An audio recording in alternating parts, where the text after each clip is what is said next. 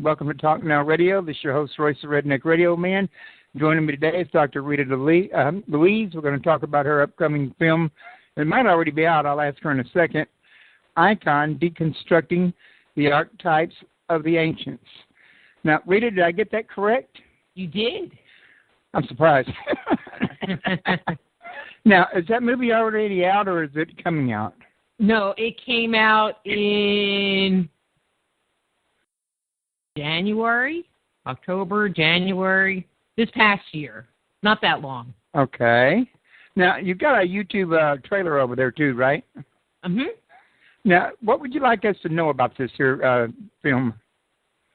Well, I mean, what it does is it looks at two different aspects of things out of antiquity.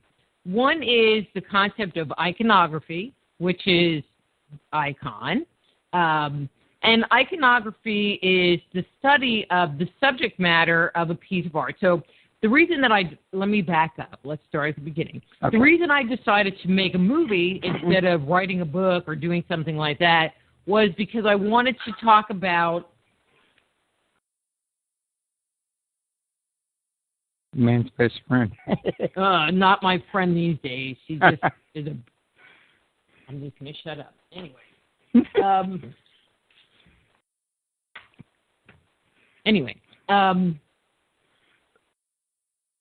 I wanted to talk about art and artistic images that you can't really talk about in a book, and so.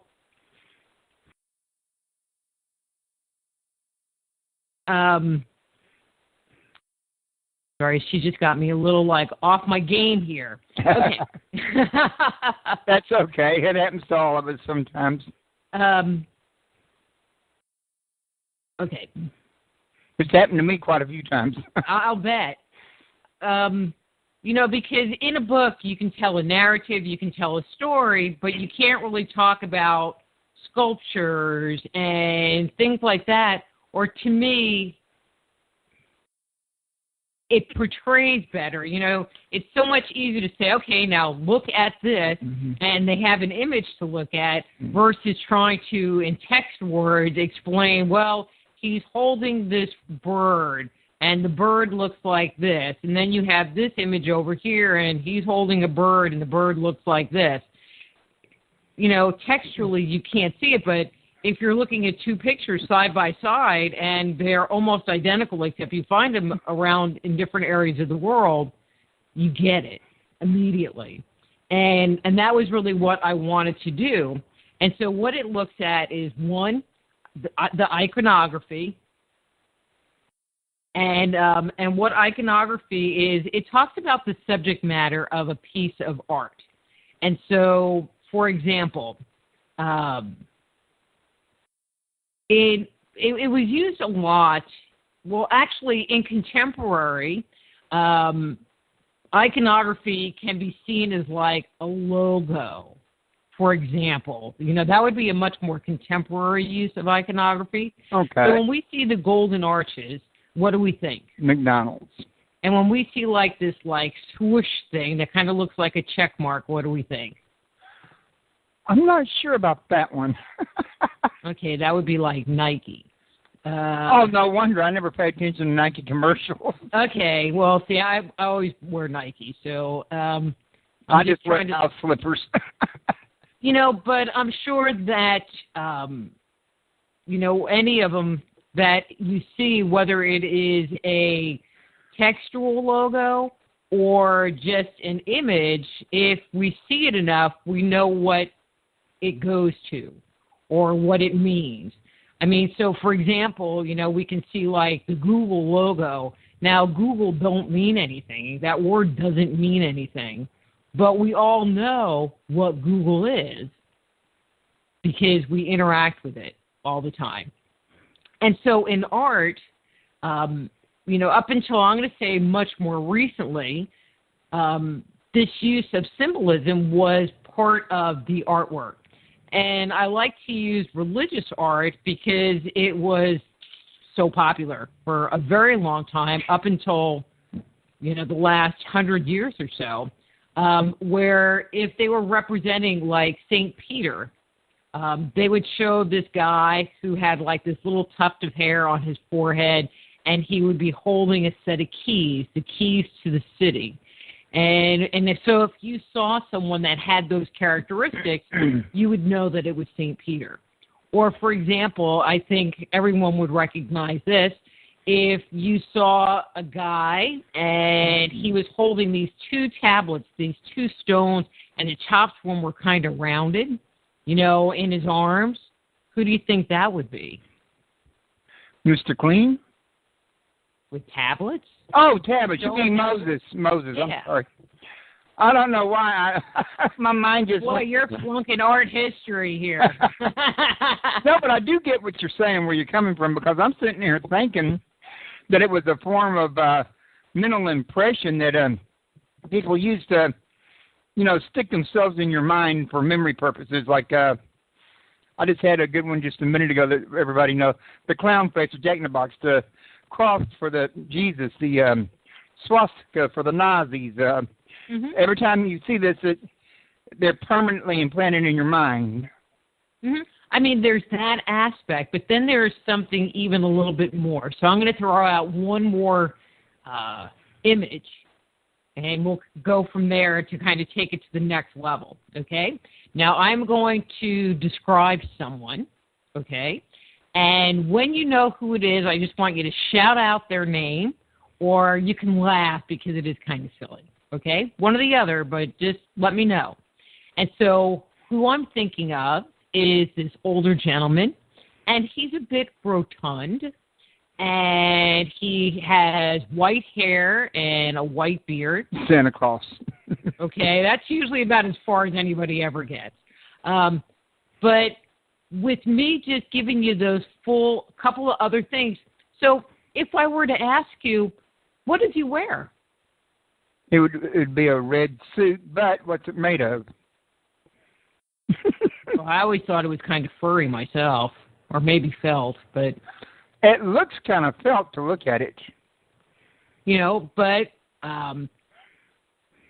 he has some animal friends. Who are they? The reindeer, of course. What are their names? Oh, I could not tell you all of them. but maybe a couple, right? Well, Donner and Rudolph, maybe. Blitzen. Okay. But a couple. And where does he live? The North Pole. I mean, unless it's summer and then he's in Hawaii or winter, Really? hanging out. I didn't know that. Well, haven't you ever seen Santa in his Hawaiian shirt? No. I need to get out more. Anyway, but just by me giving you those few words and you connecting with that image, this whole story. You know that it's Santa. You know that he lives at the North Pole. You know that if you wanted to see him at your house, where you needed to be, what day that needed to be. You know that if you want to get any presents from him, you need to be asleep. Know this whole extended story about this one man, and it all comes forward with this one image. Kind of like when you mentioned the cross. People don't just see Jesus Christ. They see the nativity. They see the virgin birth. They see the crucifixion. They see all the healing, the miracles, the ministry, the whole 9 yards, all behind one little symbol, like using one symbol to write over 1 million words. Mm-hmm. Exactly. No wonder the ancients used symbolism so much. Well, and it was.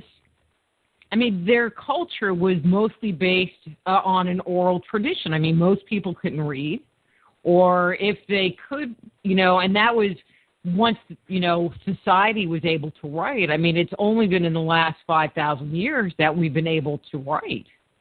And so prior to that, it was all based on verbal communication of laws and rules and history and stories that were passed down from generation to generation. And, people sit there and they talk about the rock art, like the Native American rock art. And my late husband, Wayne, would always make these comments about, they could make these wonderful sculptures, but then you look at their rock art and they look like some 5-year-old did them.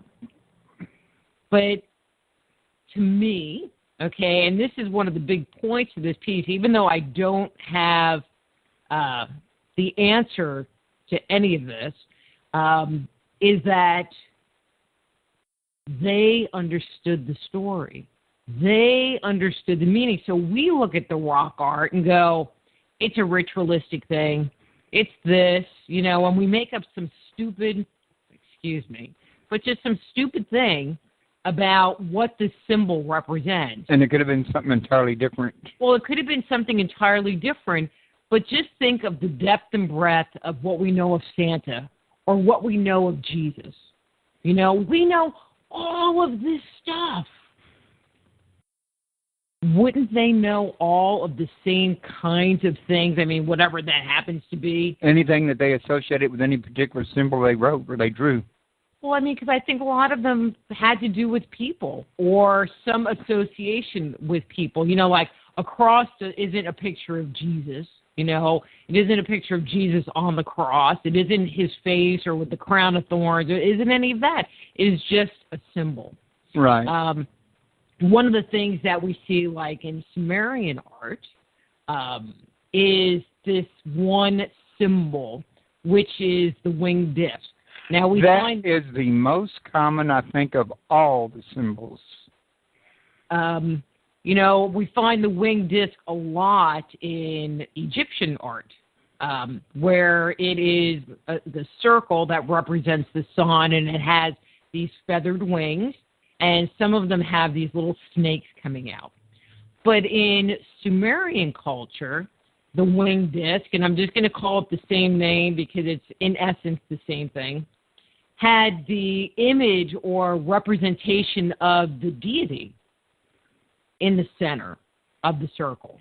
And so for the listeners, they might be familiar with the symbol from Zoroastrianism. And it's this guy, and he looks like he's sitting in a little flying cart thing. I mean, it's kind of comical looking because he looks too big for it. But one of the interpretations is that when you saw, so in one seal, they show Ashur, which is the god kind of in this winged disc. He's like, looking out the window, waving at you. Really? Well, kind of, yeah. No, I'm making it up a little bit, but kind of. No, I mean the name in particular, sure. That was one of the names of the ancient Jews back in Genesis 11 that descended down from the lines of Shem. It's Ashur, Ashur. Right. And, well, that's kind of interesting, a little parallel there.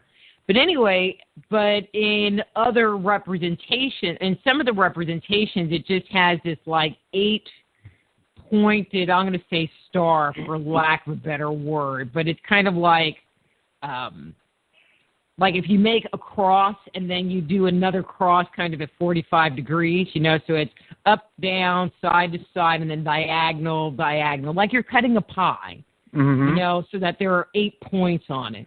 And in one of them, that 8-pointed pie symbol is used in other symbols. And so in this one image, because Shemesh was another name for the same god, in I think he was Assyrian versus Sumerian or Babylonian, but it's all from the same culture. Wasn't Adad another name for him? I don't know. No. And, but when you would see images and it had this 8-pointed pie thing up in the corner, it meant that God was watching over you, and God kind of blessed this thing. Well, but that symbol is also a representation of the winged disc except modified. And so one of the things that I did in the movie was start looking at what cultures were using this symbology of the God is with you or God is looking over you. And it kind of, you'll love this one. Because there are some cultures that actually use that kind of symbology so that it told the viewer that that person was holy or that person was sacred, or the situation was holy. Sort of like a symbol of a priest. I am going to kind of take it, but let me come back to that because I want to say this part and then I'll come around, but you'll like this one. Okay. And, so we have it in Egypt, we have it in Sumeria, Babylon, Assyria, that whole area. We find a very similar representation in China, but then we also find a similar, China, India, but we also find the similar representation in the Americas. Really? That's interesting. The same wing disc type symbol. In theirs, it's more of a, and I'm going to put this in quotes, so quote, feathered shield. But it's round, it has these kind of feathers coming off the side, and some of them you still have this pie-shaped thing going on. Again, representing the god, or they're being protected by the gods, or something to that effect. And, so taken as a whole, it made me wonder if this symbol of the god being in this circle, or this circle representing God, or his emissary, could the halos we see in Christian art be a remnant of that tradition? Interesting theory. That was kind of my thought. I mean, because it's like you see it in enough places, and it's like, it worked for me, And in the movie, IKON, Deconstructing the Archetypes of the Ancients, it really kind of walks you through this whole process. And again, that's one of the reasons why it really needed to be a movie. That brings up a question for me, too. Is because you have to see the images to see how close and parallel they are, and kind of this logical trail I move you through to finally come out into how we might be still using that same iconography contemporarily. So that's just one of the things that the movie talks about. It would be interesting to me to see if this same iconographic, well, I'm pronouncing it wrong, but you know what I mean, was used as, say, by Mithra, by Zoroaster, by Jesus, by Tammuz, Apollo, exactly which ones, and if they were the same ones that were associated with the Fisher King gods. Well, I mean, I believe that it's not the gods using it per se, but that we would use the same symbology to mark ourselves as property of the god. To represent the god. Right, that's what I meant. I just said it wrong.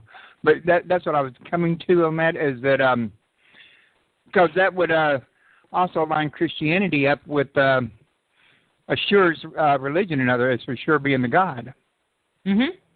I mean, that's why I would like to see exactly which dying god or gods, if any, were associated with it, other than Jesus.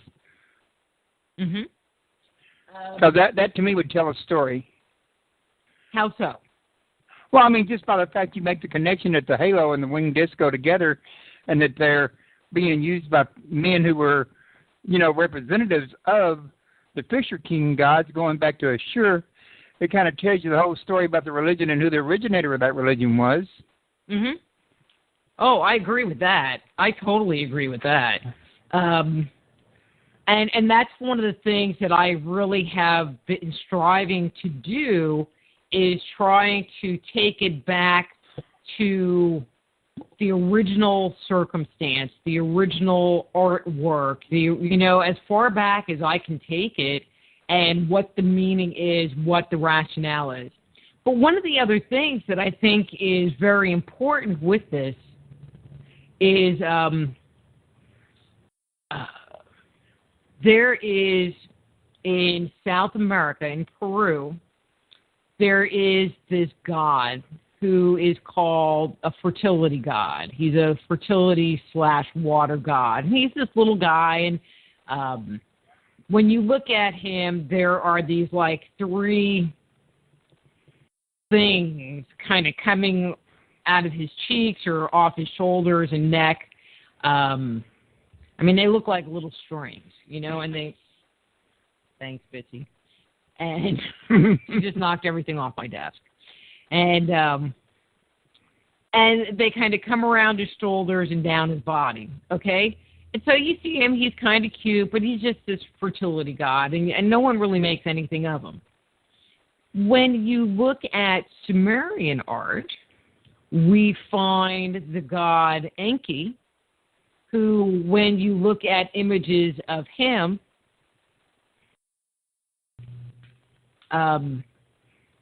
he is always or almost always represented as having these three spigots of water coming off of his shoulders. And kind of in between the spigots, there might be these little fish. And Enki is a fertility god, and he's always associated with water. Also, all of your dying gods of all these religions are also fertility gods.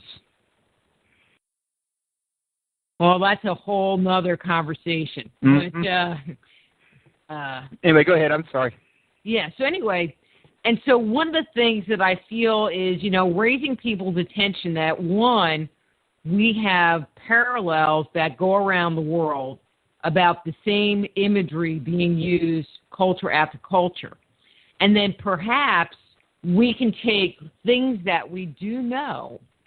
For example, we know that when a fertility god is represented with these three water-looking things coming off their shoulders, it's Enki. So then when we go back to Peru and see how this fertility god fits into the mythology, does he fit in the same way? Or do we know anything? Or is he just lost? So, I mean, I think people need to just take a bigger, more global look at art and architecture and mythology and not just say, oh, well, this is Greek mythology. It's like, no, it's... Got a newsflash. The same mythology applies to tribes here in America, too. Exactly. You know, and I don't think that they were having some psychedelic moment that they all came up with the same stories, you know, at different times to express the same concepts. You start looking, I mean, especially, Royce, when you start looking at the artwork with the descriptions that are tied to it, it is unmistakable. Unmistakable. Can I give a different example? Well, before you do, I'm afraid I've done forgot this several times, and I don't want to forget again. But don't forget your thought. Can you tell everybody your website? Sure. My website is www.soulhealer.com. Soulhealer.com. And if people are interested in the movie, I mean, we have several options, and I'll just throw this out. I'm just going to throw this one out now. The best deal. Okay, I'm just going to throw out the best deal. So it's available on DVD. You can download it and purchase it as a digital download from Amazon, or you can rent it from Amazon for $1.99. Royce, how can you beat that? $1.99. You can't. You can't. Anyway, and so what I was saying was, and this isn't in the movie. This was something that I actually put together after the movie was out. But in India, Indra, the god Indra, carries a weapon that's called the Vihara. And actually, it is the definition of the Vihara is lightning or thunder or as strong as a diamond, which I don't know how they got the strong as a diamond part, but whatever. And Indian mythology tells us that Indra used this as a weapon to slay this one serpent god, which I don't have his name off the top of my head. And And then after a point in time, the Buddha, according to legend, took the splay point, so it was opened up, and trust me, it's like if this thing was looking you in the face, I don't know if you'd want to see it. But this thing was supposed to shoot out lightning bolts, kind of like a laser beam lightning bolt, and it could level mountains and do all kinds of terrible things. It was definitely a weapon to be feared. But supposedly the Buddha bent the tangs of it so that it was closed up and it became a symbol of peace. Obviously, he broke it. Anyway, so we have this story. We know that it's a weapon. We know that this weapon emits lightning, okay? We have an image of it. I mean, people still use it in their spiritual practice today. It is considered a holy item, okay? Reproductions of it, whatever. And so we have that story. Well, when we come over to Greek culture, who would be a god? All right, here's another test, Roy. Who would be a god in Greek mythology that you would associate with thunder? Oh, that would be easy, Zeus. Okay, so what does Zeus do? So he's a sky god. Indira, he was a sky god. He throws lightning, okay? Bunch of other stuff. But when you start looking at images of Zeus, he carries something. I mean, there are some representations that actually show him kind of holding what looks like a thunderbolt.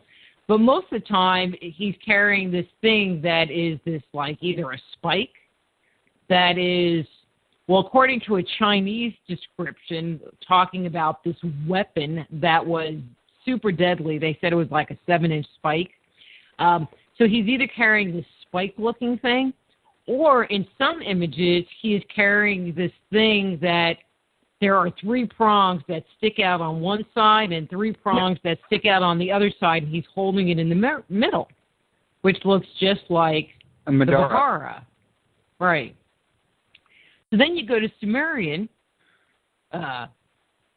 mythology. Oh, this is taking me back to Enlil. Enlil, Marduk, in Babylonian they said it was Marduk, and he killed Tiamat, the serpent, and he uses this weapon, and there's a cylinder seal that has him riding her back, holding this weapon with 3 prongs on either side. Looks just like the one that Zeus carrying, and looks like, kind of like the one that Indra has, except most of the imagery that we have of the one from India, the prongs are closed up and are a symbol of peace. Okay, so that's pretty cool. But to me, if everything is sitting in one geographic area, I mean, to me, Egypt, Sumeria, Greek, you could walk. It's not that far. China, we're starting to get pretty good. I mean, because we have a report of one of these weapons from China. No imagery, which is sad, but a report of one of these weapons. And actually, something that she didn't knock on the floor. Let's see if I can find the quote real quick. The Qin Kang, deprived of their magical powers, began to lose heart. To complete their discomfiture, Hong Ten Hao, these names kill you, brought to the attack a matchless magical weapon. This was a spike 7.5 inches long, enclosed in a silk sheath, and called Heart Piercer. It projected a strong array of light that eyes were blinded by it.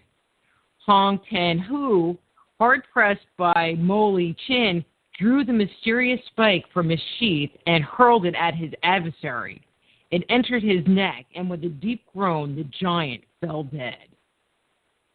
One of the things that comes to my mind is the story of Lot in the Bible, where they were wanting to rape the angels, and they were blinded by the angels. And Zechariah Sitchin has theorized that a weapon was used to blind them guys.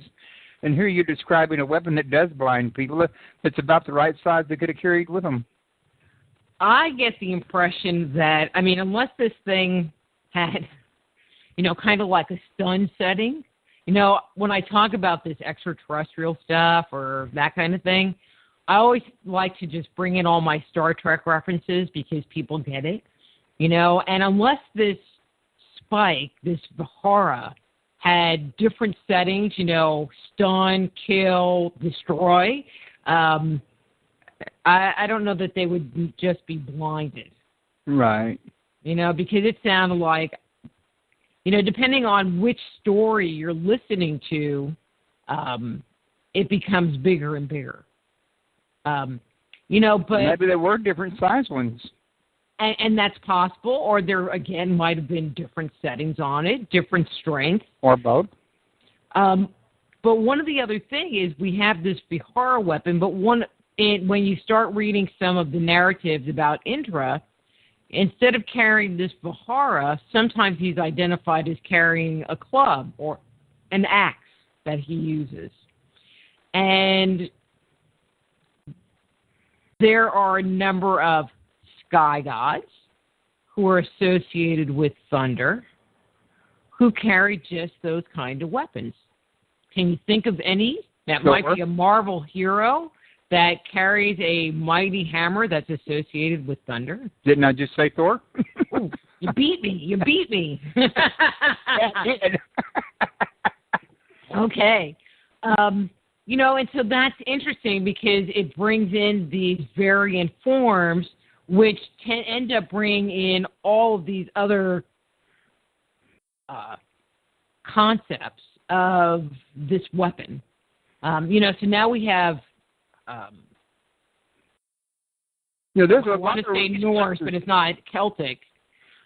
We have a similar weapon, kind of, that we find in Australia, which I think is interesting. To me, Australia is always the big holdout. If you can find it in Australia, it's old. I'm serious.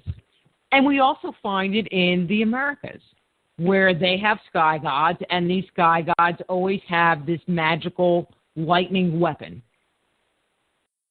or club, one or the other. And, and that's the part that people don't get is you have these images. The images all look kind of similar. The stories are all the same, or similar to me, similar enough, and they don't get it. But I think with the images, Boris, I really feel like with the images, it takes it to a different level. It makes it where it's like, here's this one, here's this one, here's this one.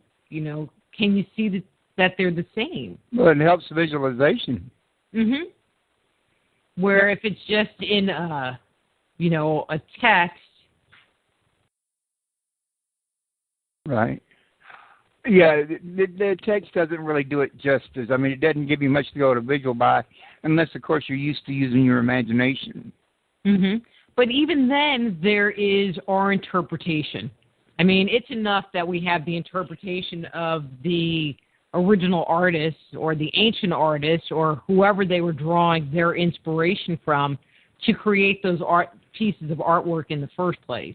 And so at least we can look at their interpretation and not have to come up with our own interpretation of what they're trying to say through a verbal means. For example, and I'm not saying that this is true, okay, but it's possible, because most of the stories that we have that come out of mythology are old, and they were all transmitted through a verbal tradition for a very long time before they were documented in writing. This is very true, but many of them, you can read them, older versions and newer versions, with very few changes that you would expect a lot more over the time. Oh, agreed. But with the written version, I mean, we didn't start creating art until 40,000 years ago. And it wasn't until about 5,000 BC and moving forward that we actually started creating on a regular basis art of where there are people. I mean, we had, like rock art, but the people were mostly just kind of stick figures. And I don't want to say that was only the case. I mean, we do find some stuff that is older. We have the Jarman pottery, which look like extraterrestrials, but, which is older. And so there are examples that are older than that 5,000 BC, but I'm just kind of using that as a starting point. A starting point. And, but I think these stories are far older than are representing the images. And so let's talk about, all right, these fertility gods. And we were talking about the fertility gods earlier, Enki and the little Peruvian fertility god with the water coming out of his shoulders. Well, in many cultures, they represent the fertility gods as being a half man, half serpent. And these fertility gods live in the mountains, they live in the underworld, they live under the water. They live down there somewhere. Always down, never up. Kind of like Apophis of Egypt. Always down, never up. Kind of like the devil. Oops. Did I say that out loud? Anyway. Did you do it? Of course. And, okay. And so, all right, I was going somewhere totally, and now I... And I blew your mind when I said that. Yeah, pretty much. Oh, I know where I'm going. Okay, so we hear about this half man, half serpent. And so we also have imagery, and I'm just kind of, like I said, I'm not putting this out as this is how it is because I have no freaking idea, but it is a possibility. But we have these images of like the centaur, where the upper body of a horse, and then it has like the horse legs and, whatever. We all know what a centaur looks like. Right. Half man, half horse.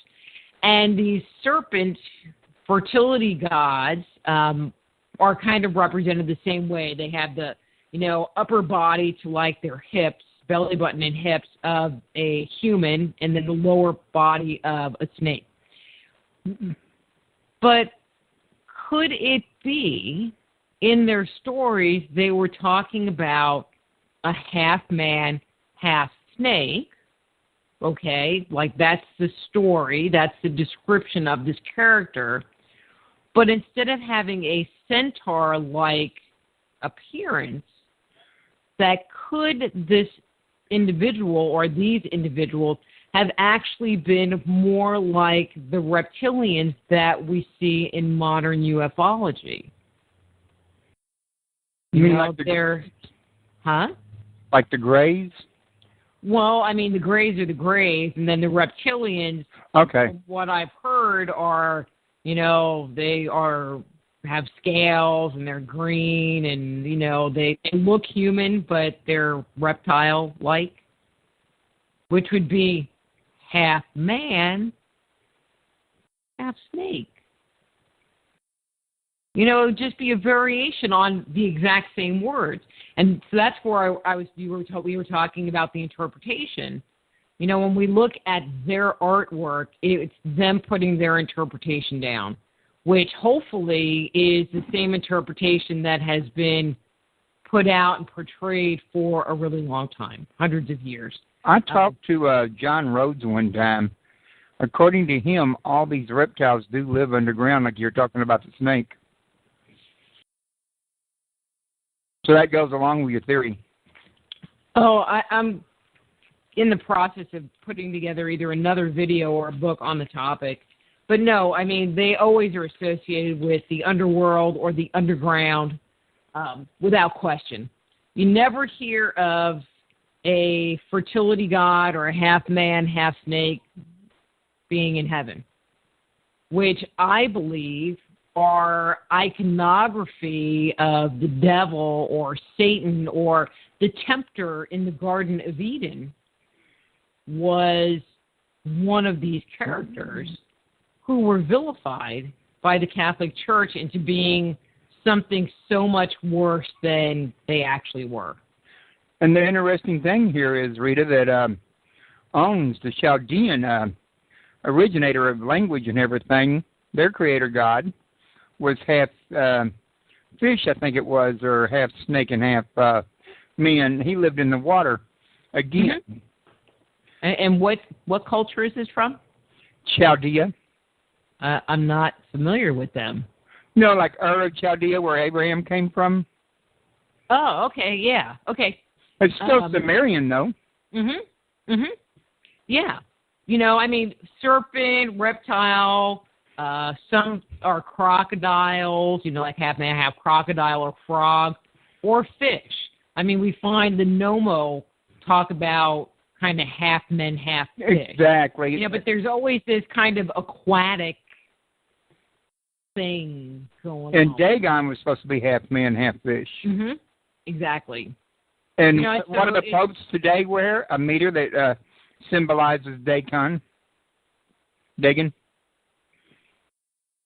Well, you don't even want me. I was going to put together a piece that was like really mean about Christianity and really mean. I could talk to you a lot about Christianity. I could talk to you a whole lot. Well, I just finished reading this book about the Bushmen of South Africa. Wonderful book. I mean, I have been on this quest of trying to underlie the dogma of religion and spirituality and ritual, okay? I mean, because we do things ritually and people just kind of put this spin on it. You know, for example, circumcision. You know, there's what they say in Judaism, you know, and now they just say, oh, it's for cleanliness purposes. But circumcision was done. It wasn't just Jewish people that were circumcised. It's a ritual that was done around the world. It was done in Egypt at the same time it was Israel. But why the hell would you do it? You know, up there with the elongated skulls. I mean, so there are these things that we've done in our past and maybe still do that I don't understand why. And that has been my quest for the last 2 years. And so I just finished reading this book, and it was wonderful. And part of the book, toward the end, they were having the indigenous elders actually tell their stories. And they were telling the story of this one guy who was an interpreter. I mean, this woman was telling her story, and as part of her story or his story, he was telling about this guy. And, you know, that he ended up being a slave, but he got taken around with his master to so many places that he learned to speak like 5 different, like German, English, a couple of different Indian dialects, and some other weird language kind of thing. So he was an interpreter. And they talk about that they created this law where the Bushmen who survived by hunting with bows and arrows, that they made a law that it was illegal to have a bow and arrow. You know, well, because like they did in the Americas with the Native Americans, they were trying to force their culture out of them. You know, and it was pretty much systematic eugenics happening. You know, in a very cold and calculated and callous way. I mean, just awful. You know, all in the name of civilization, all in the name of industry. And it's kind of like, I don't know, I'm getting to where I think people were more spiritual, in more connection with God, had better lives when we were still friggin' hunters and gatherers, and screw all this other crap. I think I would tend to agree with you on that. There's been so much that has been lost to dying God religions over the millennia that everything's just a big maze now. Now, one of the things, though, you did say earlier, I don't want to lose altogether, because you really took me by surprise when you associated Marduk with Enlil, because my research has showed Marduk to be Enki's son, not Enlil. How did you get there? there are some people that believe that in the Enulu Elish, which the most complete version of what we have tells of Murdoch killing Tiamat and being the one who steps up to the plate, who is Enki's son. It is. There are apparently some versions that have Enlil as being the hero of the story. Which are actually older and they're Sumerian, but Murdoch was the kind of like high god for the Babylonians. They kind of drifted away from Enlil and Enki and moved more toward Murdoch. So kind of like they did in Egypt, it was like, well, they whited out Enki's or Enlil's name and put Murdoch in there to increase his importance. I know that Murdoch, though, has also been associated with Horus in Egypt. By some. Mm-hmm. So there's so many different stories, it gets confusing sometimes. I mean, to me, there are a couple of cultures that are beyond confusing. One is Egypt. I mean, I don't know how people can sort through that mythology and layer after layer of it's changed around and some kind of influence and this group. I mean, they had 3,000 years to just really make it be confusing. I mean, I think that there are definite truths that you find in their I'm going to say religion and their cosmology. But as far as what the lineage is and some of that, I just try to steer clear. I think it depends on who's telling the story. Mhm. Mhm. And that's just it. We got so many stories in so many different cultures, and so many places. I mean, when you hear Murdoch in, say, Babylon, for example, you see him again at Egypt, but this time he's named Horus. So depending on where he's at, depends on what his name is. Mhm. And at the same time, he's also been associated with Baal. So, but see, Baal is a much later name for Enlil, which again associates Marduk with Enlil. And of course, Enlil's been associated with Yahweh more than once. Mhm. Mhm. And so has Baal. Right, and Enlil and Baal, from what I understand, are the same character, except, we're talking Sumerian and Babylonian or Akkadian, same god, different name. I mean, that's the part that always cracks me up, in the Bible, God only wants you to worship him, but don't make figures to this other god, but how could there be another god if he's the only god? And he doesn't say that he's a fake god. He just says, well, don't make, images to him. So, yeah. Now, I wanted to let you know we've got about roughly 10 minutes left in the show. If there's anything that I haven't thought to help you cover, now would be a good time to tell everybody. Let's see. I mean, I think we, covered some pretty good stuff. I mean, there is a whole lot more in the movie that we didn't even talk about. I mean, like the whole Vihara thing is not in the movie. But, one of the things that I do is I have been producing videos, and so there's that one. But there are also a bunch of video shorts that are also available on Amazon for digital download. I just released one on Göbekli Tepe, and there's one on attached entities that should get released pretty soon. I have one that I'm working on right now that I'm hoping will release pretty quickly. It's being called In the Name of God. You have got to come back on my show and talk about that one. Yeah, it's In the Name of God, the transmission of culture, morality, and moral codes. But I like that one, In the Name of God. Like all the murders that's been done in the name of God for moral reasons. Well, but I mean, what I'm talking about, because what my thing is to look back. Why do we do the things that we do? Are we so brainwashed as a race that we don't even know why we do the things we do, or try to do the things we do, or have laws about the things we do or not supposed to do that just get worse and worse every day? So, with so many people, they know why they're doing it, and they believe they're doing it for God.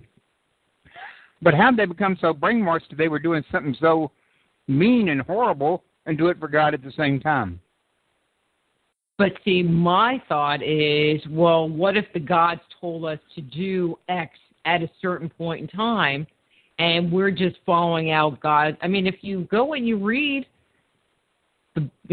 Moses, who gave Moses the Ten Commandments?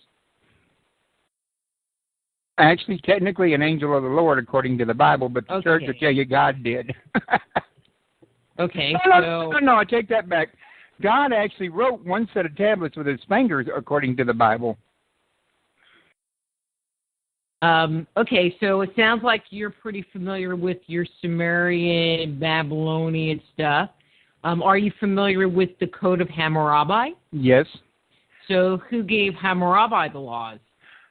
I'm not sure where he got the Ten Commandments at, but we know that Moses has supposedly been accused by some parties out there of getting his from Hammurabi. Mm-hmm. Well, according to the stele that it has the code on it, he got his from the gods. Here, hang on a second, because I have that up on my screen because this is what I'm working on right now. Let's see. Hold on. I must have missed that one somehow. It's at the very beginning of the text, but if you just kind of hang on one second. It says, this is in the Code of Hammurabi. When Anu, the sublime, the king of the Anunnaki, and Bel, the lord of the heaven and earth, who fixed the destiny of the country, had committed the whole of mankind to Marduk, the son of Ea, the god of right, when they made him great among the Agigi, had pronounced the sublime name of Babylon, made it great upon earth, and had established it as an eternal kingdom, the foundations of which were laid firm like heaven and earth at the time when Anu and Bel called me, Hammurabi, the great prince, who fears God to give justice a status in the country to destroy the wicked and bad, that the strong should not overcome the weak. So that is the intro, the prequel to the Code of Hammurabi. That's how I missed it. I never actually read the code, although I was familiar with it. I read about it. Mm-hmm. Yeah, so this is like the very beginning. And then there's another one that actually predates the Code of Hammurabi, which is the Code of Ur-Nammu.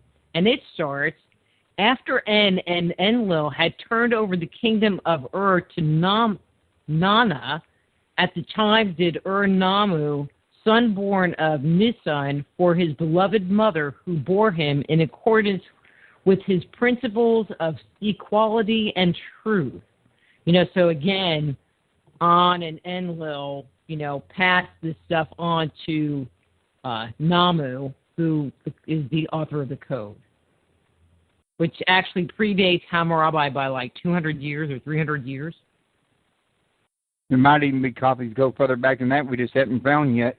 Well, actually, they know that there's one that does go back further than that, another 200 or 300 years, and they know about it because there are texts that refer to it. According to Wikimedia, it states, stuff like that, where it tells about this other code, according to this, or it makes reference to it, but they haven't found any tablets yet. Yeah, much like the Bible makes reference to the book of Enoch or the book of Joshua or Jubilees, but you don't see it in the Bible itself. Right, exactly. And those that code, we have not found any tablets. I mean, even this code of Ur-Nammu, we don't have the whole thing. We just have parts, And so we know some of what it says. I think there's like 43 lines that have survived. But even in those 43 lines, I mean, because it's kind of like the biblical narrative, thou shalt not, and, it's very condensed. It's not like today's legalese where you're trying to say one thing and it has to be 5 pages long. They're pretty straightforward. It's like, this is what you're going to do or I'm going to chop your arm off. I mean, it's like crime, punishment, boom, next. Let's move on. Well, I think back in those days, everything was pretty much black and white. Mm-hmm.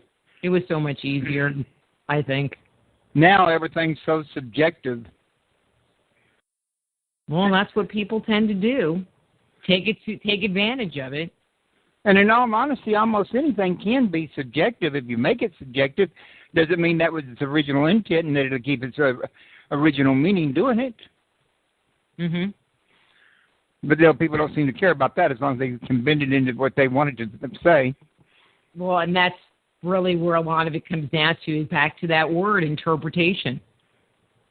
Which people use as a weapon. Mm-hmm. And they do that so that they can get their way or they can be right, supposedly. That's right. Whether they are or not. That's their way to come around about doing it. Mm-hmm. But I show we got like 3 minutes left. Do you have any real quick last-minute thoughts? I would just love to invite people to check out my website, soulhealer.com, SOULHEALER.com, where they can, get the link to the DVD, the digital download on Amazon for $1.99. Also, my book, E.T. Chronicles, was released last year, which I don't know that we've ever talked about, but it was on your picture thing. We did. And that's also available on my website, Amazon.com, blah, blah, blah. That's about it. Listen to my radio show Thursday night, 8 to 10 p.m. Eastern Time. I was about to say, you're also the host of Just Energy Radio. Yes, sir.